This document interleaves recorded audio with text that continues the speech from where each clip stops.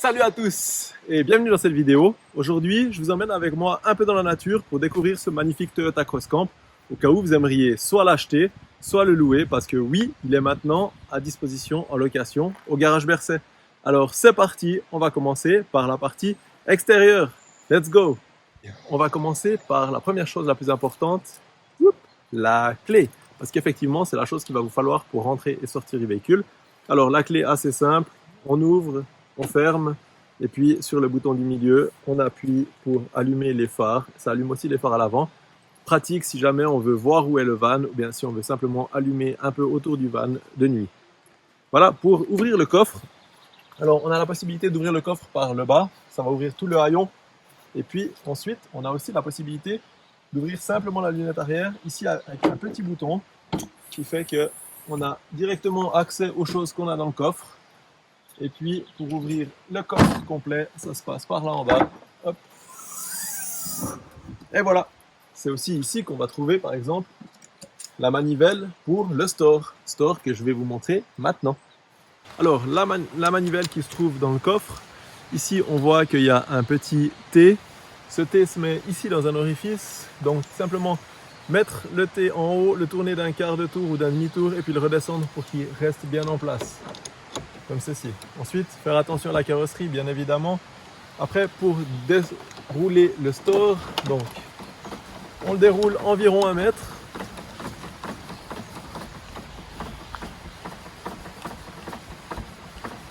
Comme ceci. Et puis ensuite, il y a les deux pieds qui sont assez simples. En fait, il suffit de se mettre à cette position-là et puis de tirer vers vous tout en faisant attention de bien tenir tout le pied. Ensuite, le pied se baisse. Et puis, avec une petite vis de réglage qu'il y a là, simplement régler la hauteur désirée déjà. La même chose de l'autre côté. On le tire au niveau de la vis vers soi. Voilà. On le pose, on le serre. Et ensuite, on peut continuer à sortir le store. Voilà.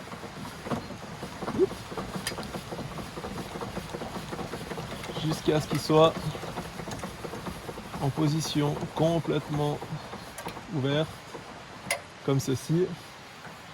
Et puis, à ce moment-là, on peut venir remettre les pieds juste. Comme ceci, et on est à l'abri pour soit se protéger du soleil, soit se protéger de la pluie, parce que oui, c'est aussi imperméable. Si vous vous protégez de la pluie, faites attention simplement à mettre un pied plus bas que l'autre, histoire que l'eau s'accumule pas au milieu de la toile et que l'eau puisse simplement couler d'un côté. Et pour le rentrer, plus ou moins la même chose, on va faire le cheminement inverse maintenant. Alors, première chose à faire, retirer les pieds. D'ailleurs, les pieds, s'il y a beaucoup de vent, il y a des trous pour des sardines. On a des sardines dans notre caisse magique. Vous pouvez aussi planter les sardines dans la marquise pour pas qu'elles bougent. Dans les pieds de la marquise. Voilà, ensuite, d'abord, pour replier, on va venir remettre les pieds avec un certain angle. Et puis, recommencer à enrouler la marquise jusqu'à environ 1 mètre.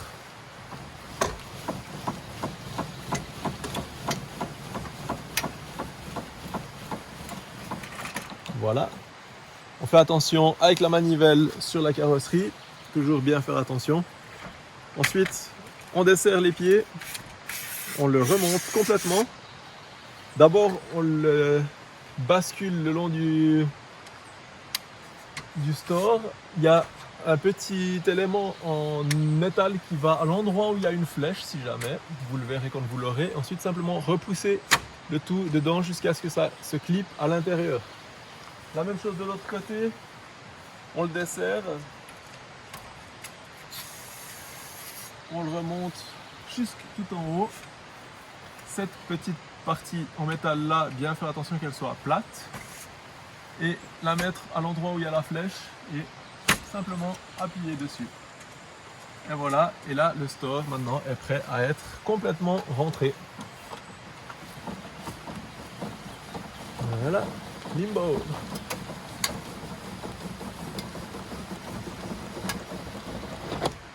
Et voilà, ensuite pour enlever la manivelle, on relève, on tourne d'un quart de tour et puis la manivelle s'enlève et on la range dans le coffre. Voilà pour la manipulation du store et de la marquise. Maintenant, l'électricité. On se voit de l'autre côté. Imaginez, vous êtes dans un camping, vous aimeriez brancher votre Crosscamp pour pouvoir laisser tourner le frigo ou le chauffage et recharger vos appareils. Facile. Donc ici, dans cette petite porte qui s'ouvre depuis l'intérieur du coffre, vous allez retrouver cette rallonge avec la prise domestique, celle-ci qu'on connaît pour le 230 volts, et puis la prise qui va venir s'insérer dans la partie arrière du van. Pour que ça fonctionne, il y a ce couvercle là à ouvrir. Ici, on ouvre aussi complètement. Le couvercle vient se loger à l'intérieur de l'orifice. Et puis, comme ceci, on va complètement jusqu'au claque. On vérifie qu'on ne peut pas la ressortir. Et puis ensuite, on peut laisser ça et aller se brancher sur la prise du camping ou chez vous à la maison si vous voulez le recharger avant de partir. Pour enlever la prise, il y a un petit loquet bleu juste à gauche de la prise. Assez simple, simplement pousser ce loquet vers le bas et puis ensuite enlever la prise. Facile, non? Par rapport à l'électricité, j'allais presque oublier quelque chose.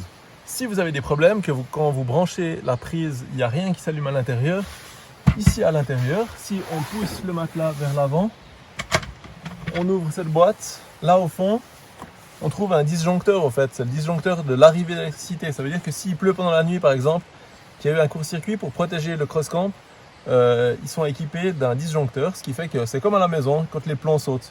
Si tout d'un coup il y a quelque chose qui ne va pas, regardez ici en premier, dans la boîte, si la partie orange est bien vers le haut.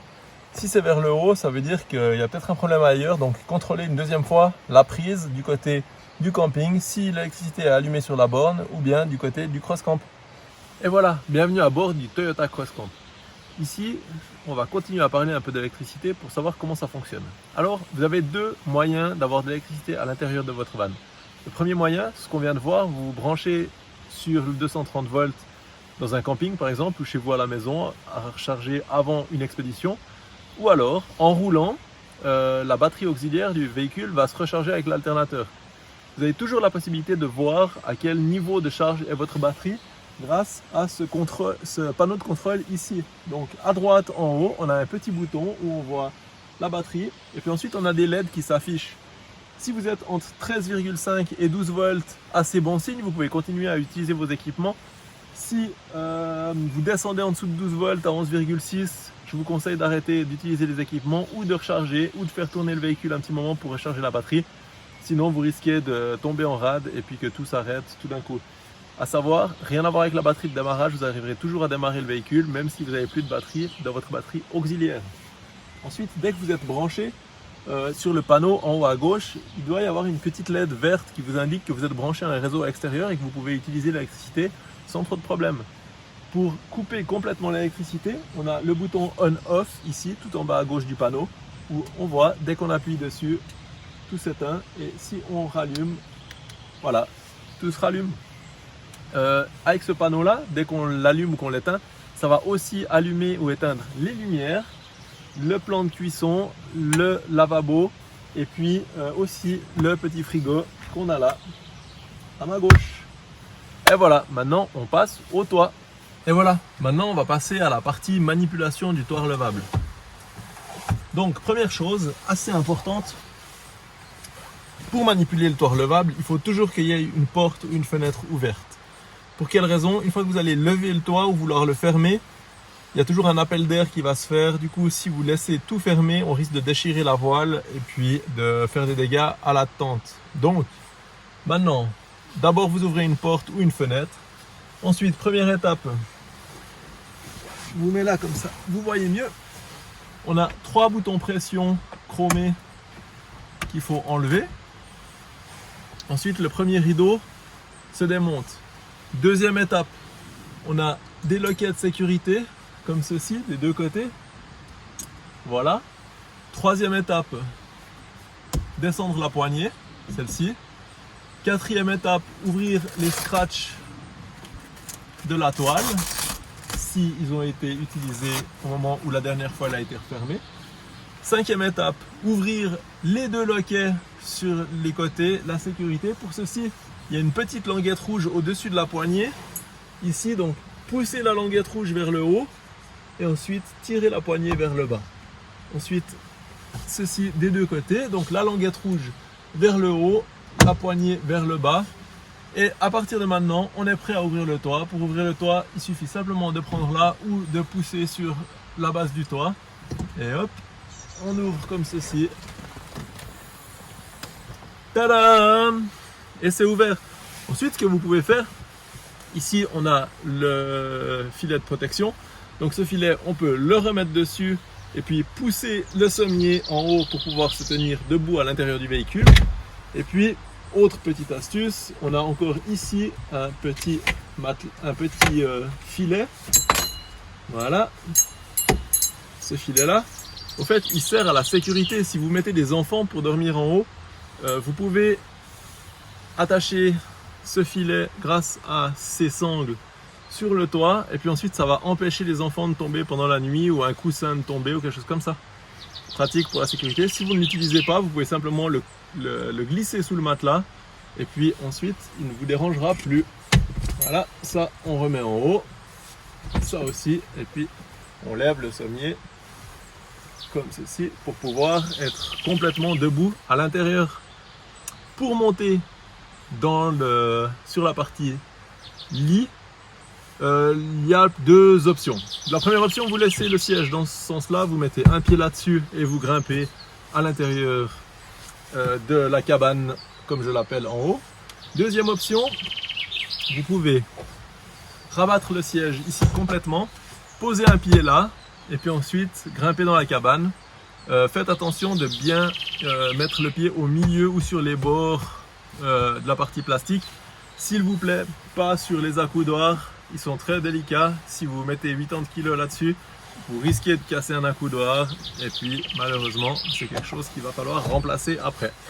Pour baisser les sièges, simplement ici une petite manette et on incline tout le dossier pour pouvoir monter dessus depuis là. Et voilà. Maintenant, en parlant des sièges, les deux sièges à l'avant sont pivotants. Ce qui est bien pour pouvoir être l'un en face de l'autre quand on est à l'intérieur, mais aussi par exemple en temps de s'il y a mauvais temps ou des choses comme ça, si vous voulez un peu plus d'espace à l'intérieur, vous allez gagner un peu de place. Pour ceci, d'abord bien mettre les sièges tout en avant, tac, le dossier le plus droit possible, et puis ensuite on a une petite manivelle noire, il suffit de débloquer pour pouvoir tourner le siège complètement et ensuite une fois qu'il est en position, venir le remettre en arrière et l'incliner un peu au besoin. Et là, là on est prêt pour l'apéro, pour jouer aux cartes ou simplement pour manger une morse. Et voilà, la même chose avec le siège conducteur. Pareil, on le met le tout en avant, le dossier le plus haut possible, on déverrouille en bas, on le tourne et puis ensuite on peut le reculer un petit peu. Pas mal, hein? Bien faire attention d'ouvrir les portes quand vous faites ça, sinon vous risquez de rentrer en collision avec les panneaux de porte et puis de les griffer. Et ça, on n'aimerait pas. Voilà, voilà. Et voilà les amis, donc maintenant on a fini de relever le toit. On a le sommier qui est en haut. Ici d'ailleurs, on voit, on a un petit filet qui est bien pratique pour pouvoir ranger ses affaires. En termes d'accessoires, on a aussi ici des lampes tactiles qui sont aussi bien pratiques pour lire le soir. Et à côté de ces lampes, on voit ici un petit port USB qui est aussi pratique pour recharger les appareils des deux côtés, chacun son attel à recharger. Voilà, ensuite pour les ouvertures, en haut, on a la possibilité d'ouvrir de chaque côté les fenêtres avec, on peut enrouler la toile et puis ensuite en faire un boudin et la scratcher ici avec le velcro. De ce côté-là, on a une fenêtre en plastique et puis de ce côté-là, on a aussi une moustiquaire. Donc déjà là, on est pas mal au grand air. Mais je vais vous montrer un truc qui est encore plus cool sur le Toyota Cross Camp. c'est qu'on peut complètement ouvrir la toile pour être encore plus au grand air. Bon voilà, je vous ai juste casé là comme ça, j'espère que vous allez voir comment ça se passe. Alors pour ça, il faut d'abord refermer complètement les 3 fermetures qu'on a. Voilà. Et la 3e ici. Et ensuite, on a sur le bas de la toile une fermeture éclair qui fait tout le tour. Alors, ce qu'on fait, c'est que la fermeture éclair. Si ça va un peu dur, on tire le toit pour détendre la toile. Voilà. Et puis là, c'est parti pour être au grand air. Donc moi, ce que je fais en général, je baisse un peu le sommier, je coince la toile dessous.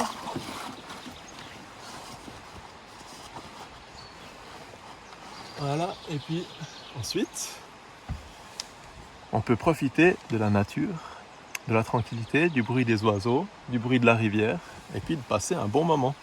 Ce qui est aussi chouette, c'est que dans cette configuration-là, vous pouvez aussi attacher la toile en haut grâce à un velcro, baisser le toit, et par exemple, vous allongez sur le lit du haut, et profiter du panorama.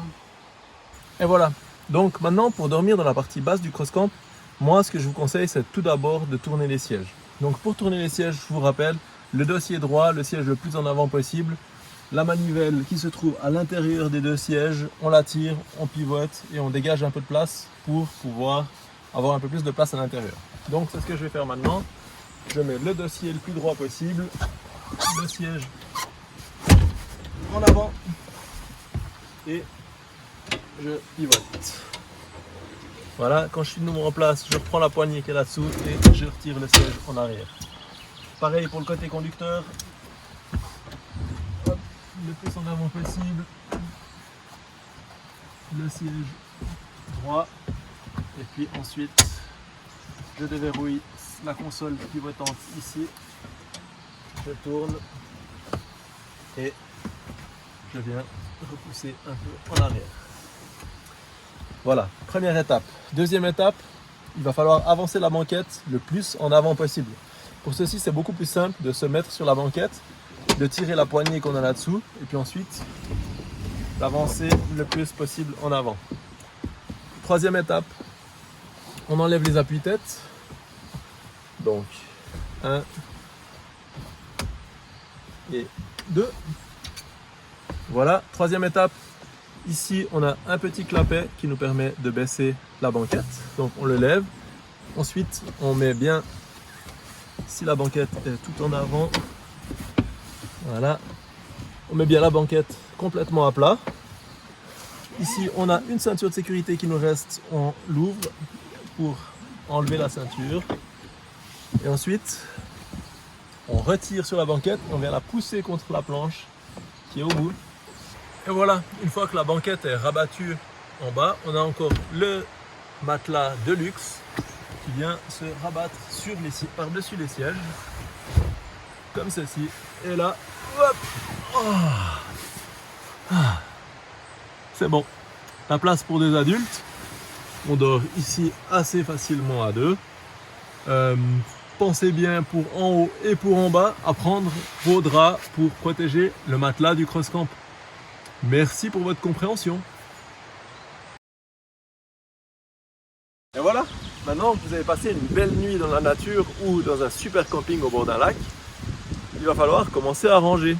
Pour commencer à ranger, première chose, on va commencer par le toit. Donc on enlève les coussins, les duvets, tout ça, on baisse le sommier et on baisse le toit. Pour ça, je vous montre comment ça se passe. Allez, suivez-moi. Et voilà, vous avez passé une bonne nuit dans votre CrossCamp. Maintenant, pour se remettre en mode route, ce qu'il va falloir, c'est plier le matelas, relever la banquette, mettre les appuis-têtes et repousser la banquette en arrière et pas oublier de mettre la ceinture à l'arrière. On va faire ça ensemble. Alors premièrement, on replie le matelas comme ceci. Hop. Hop. Voilà, très simple. Deuxième, on tire la banquette un peu vers l'avant pour la dégager, comme ceci. Avec la manivelle qu'il y a sur le côté gauche, on tire la manette et on relève la banquette. Ensuite, on la repousse en place. Toujours plus simple si on s'assied dessus. Voilà. Pas oublier la ceinture noire dans la boucle noire. est en bas. Voilà. Et on remet les appuis-têtes.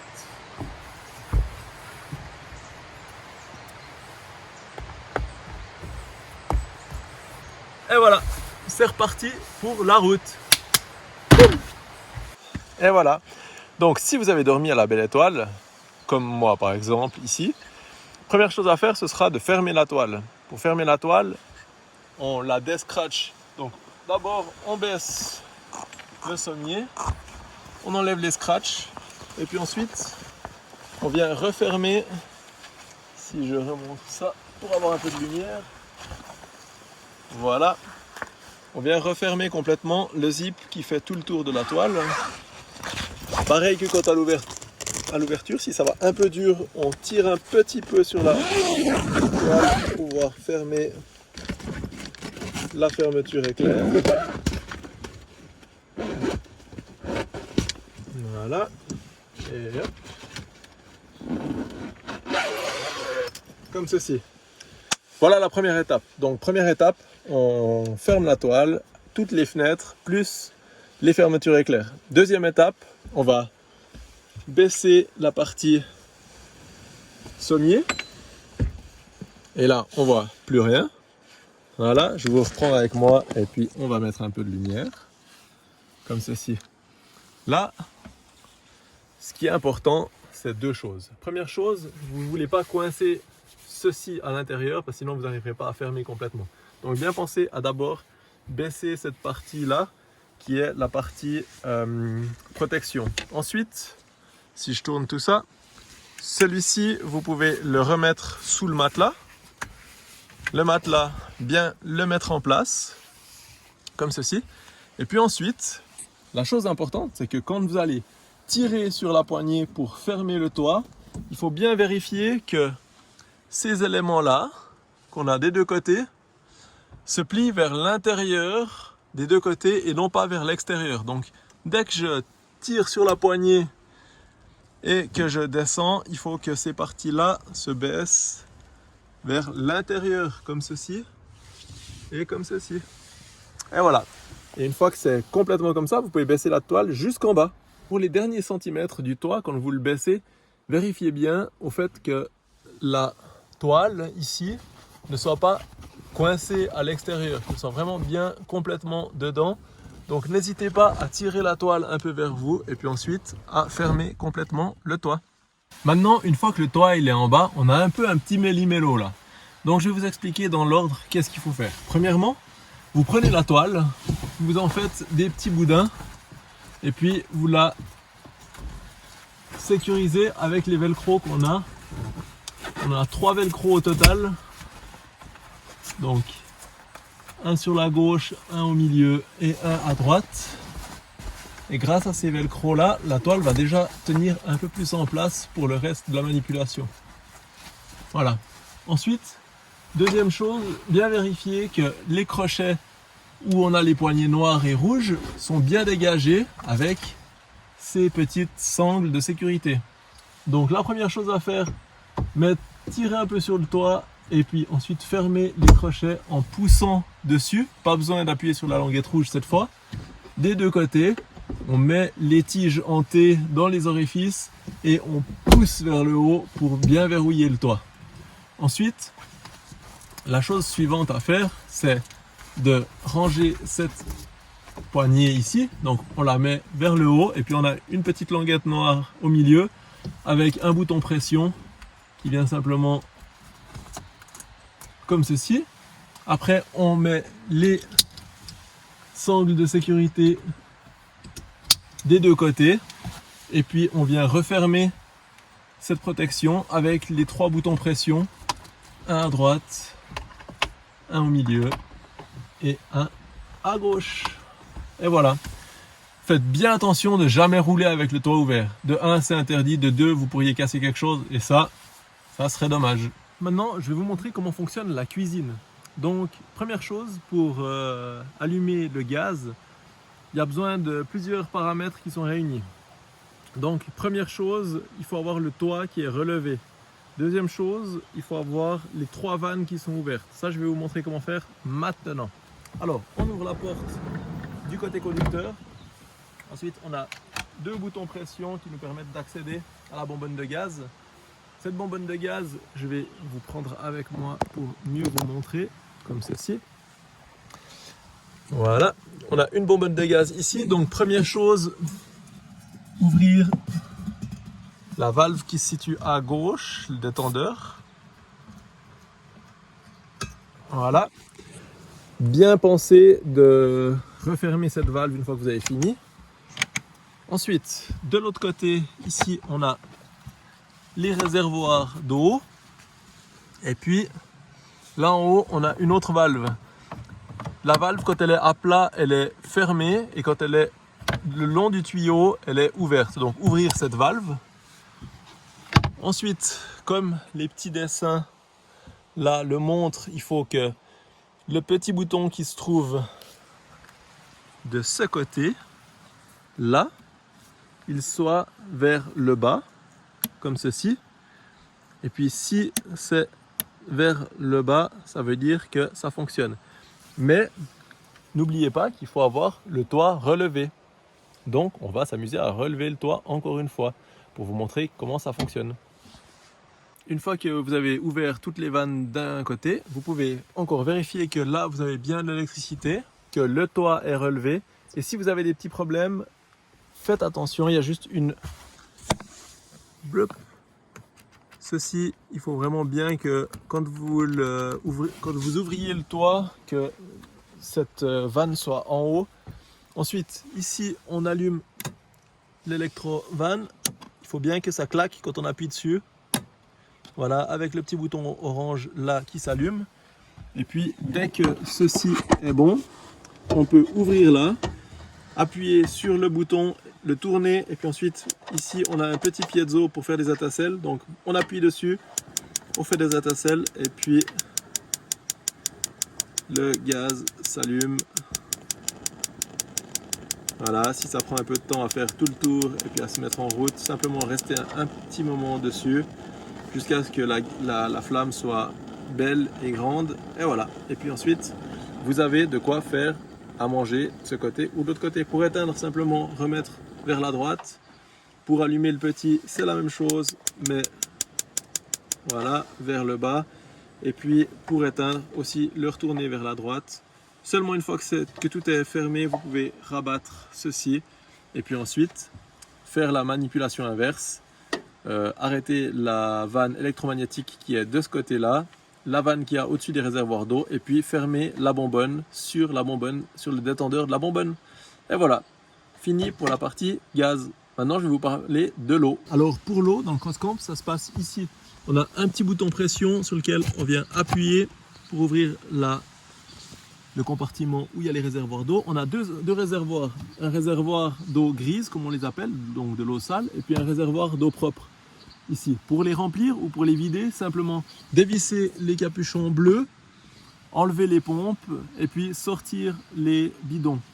Ici on a une sangle qui est faite pour les maintenir en place, et puis une fois que vos réservoirs sont pleins, voilà, vous pouvez, quand vous êtes branché ou que l'électricité est allumée dans le Crosscamp, vous pouvez ensuite, voilà, simplement en tournant la manivelle qui est là, profiter d'un peu d'eau pour faire la cuisine, se brosser les dents ou se faire la petite toilette du matin. Et voilà, on referme comme ceci et on s'aperçoit que si on éteint l'électricité générale, on n'arrive pas à faire tourner l'eau. Donc il faut avoir l'électricité qui est allumée pour que l'eau fonctionne. Et voilà pour la partie eau. Ensuite, par rapport au rangement, vous avez des petits rangements encore ici avec des tiroirs bien pratiques. Là, ici le frigo avec la température d'utilisation. Et puis de la place pour quelque chose à faire à mettre au frais. Ceci c'est la partie ventilation pour quand la voiture roule. Et puis ici on a la partie chauffage stationnaire. Donc vous appuyez une fois là-dessus il s'allume. Simplement, utilisez les petits menus qui sont là pour le démarrer. Et puis ensuite, le chauffage, il tourne au diesel avec la batterie auxiliaire. Consommation de diesel environ 5 décis par heure. Et vous pouvez chauffer en hiver jusqu'à une journée complète. Mais faites attention, ça prend sur votre plein de diesel. Donc ne faites pas fonctionner le chauffage si vous êtes déjà sur la réserve.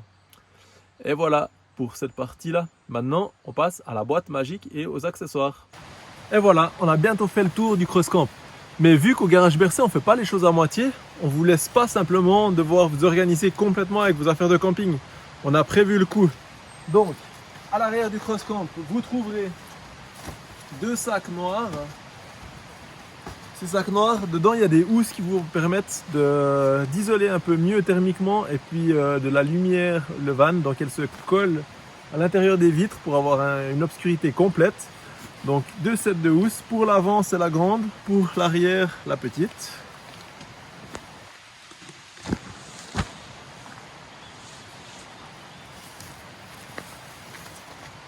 Ensuite, on a 4 chaises comme ceci, hyper simple, voilà, pour manger. On a une table basse qui fait un peu plus lounge pour chiller ou simplement boire le café. 2 chaises basses aussi. Et puis ici, une grande table pour pouvoir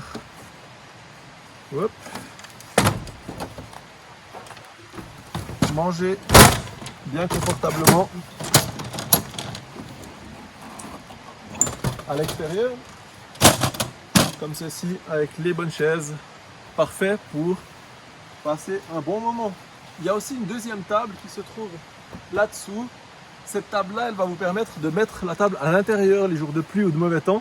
Et puis grâce à ça, vous allez pouvoir manger dedans. C'est aussi une table qu'on peut utiliser pour l'extérieur, elle a 3 pieds. Donc possible d'utiliser à l'intérieur et à l'extérieur. Donc vous avez 3 tables en tout avec votre CrossCamp. Et la dernière chose que je veux vous montrer, si on met notre table là, comme ça vous verrez un peu mieux, c'est notre boîte magique. Et voilà. Donc comme je vous ai dit, on a vraiment pensé à tout. Donc dans la boîte magique, qu'est-ce que vous allez retrouver? Vous allez retrouver un produit vaisselle, vous allez retrouver des éponges pour faire la vaisselle, un kit de secours avec le nécessaire, une lampe pour vous éclairer la nuit qui se recharge par USB avec le câble qui est aussi dans la boîte, ce petit câble là. Voilà. Avec, vous avez un hamac qui est hyper chouette à tendre entre 2 arbres pour 2 personnes, vraiment pour profiter de votre séjour au maximum. Vous avez une pique pour les grillades, télescopique. Voilà. Vous avez 4 bols pour le muesli au petit-déj ou la soupe ou ce que vous voulez. Une corde pour pouvoir servir de corde à linge pour faire sécher vos affaires entre un arbre et le bus ou entre 2 arbres. Vous avez un set avec couteau, fourchette, cuillère, petite cuillère, des pinces à linge pour faire tenir votre linge sur la corde à linge, 4 assiettes pour manger les bons petits plats. Là-dedans, vous avez un petit carton avec les bouchons pour les réservoirs quand vous voulez transporter les réservoirs d'eau propres ou sales. Et puis les sardines pour planter les sardines de la marquise. Voilà. Et puis le plat de résistance, ça c'est le kit avec les casseroles. Donc ça s'ouvre comme ceci.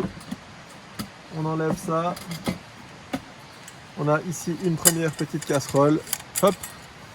pour faire les œufs au plat ou des légumes ou n'importe quoi. Des rösti, c'est pas mal. Ensuite, on a des couverts, encore une fois. On a 4 gamelles, 4 gobelets. Ça sert de sous-plat quand vous mettez votre casserole chaude sur la table. Et puis, une casserole qui vous sert à faire les pâtes, les spaghettis et tout ce que vous voulez. Et voilà, maintenant vous avez fait le tour de l'accessoire et de tout notre équipement CrossCamp. Je me réjouis de vous présenter ce véhicule et de vous le présenter, que ce soit pour la vente ou pour un week-end en location. Bonne aventure, si vous avez la moindre question, n'hésitez pas, on est là, écrivez dans les commentaires ou contactez-nous au garage Bercet à Marly ou à la Tour de Trême. Allez, bonne aventure et n'oubliez pas, profitez de la vie.